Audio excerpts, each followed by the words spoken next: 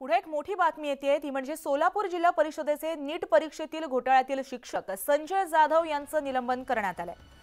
सोलापूर जिल्हा परिषदेच्या मुख्य कार्यकारी अधिकारी मनीषा आव्हाळे यांनी ही कारवाई केल्याचं कळतंय। लातूर पोलिसांनी सोलापूर प्राथमिक शिक्षण अधिकारी कादर शेख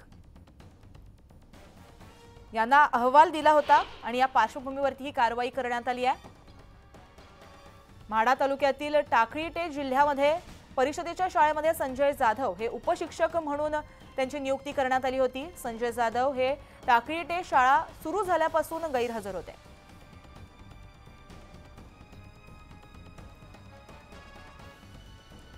तर सोलापूर जिल्हा परिषदेचे नीट परीक्षेतील घोटाळ्यातील शिक्षक संजय जाधव यांचं निलंबन करण्यात आलंय। सोलापूर जिल्हा परिषदेच्या मुख्य कार्यकारी अधिकारी मनीषा आव्हाळे यांनी ही कारवाई केल्याचं कळतंय। लातूर पोलिसांनी सोलापूर प्राथमिक शिक्षण अधिकारी कादर शेख यांना अहवाल दिला होता। यानंतर माढा तालुक्यातील टाकळीटे जिल्ह्यातील परिषदेच्या शाळेमध्ये संजय जाधव हे उपशिक्षक म्हणून कार्यरत होते। तर याबाबत आपण अधिक माहिती जाणून घेऊया आमचे प्रतिनिधी प्रीतम पंडित यांच्याकडून। प्रीतम, संजय जाधव यांचं निलंबन करण्यात आलंय, काय अपडेट?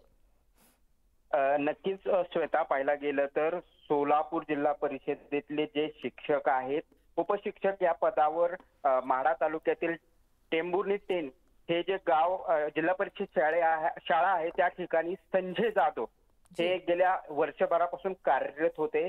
मात्र गेल्या पाहायला गेलं तर सोलापूर असेल, नांदेड असेल किंवा लातूर असेल, तर नेट घोटाळ्यात त्यांचं नाव आल्यानंतर मात्र ते गेल्या 15 दिवसापासून शाळेवर गैरहजर होते।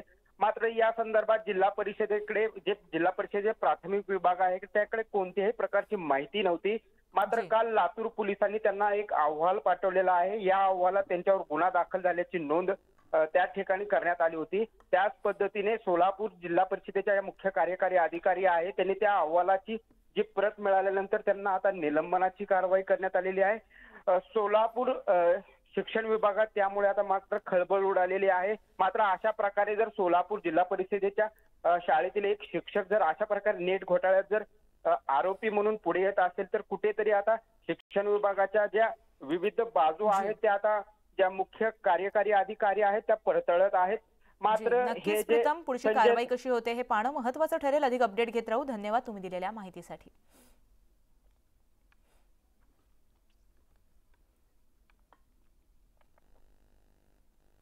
जगद्गुरू संत तुकाराम महाराजांची पालखी आज देहूतून पंढरपूरकडे प्रस्थान ठेवणार आहे।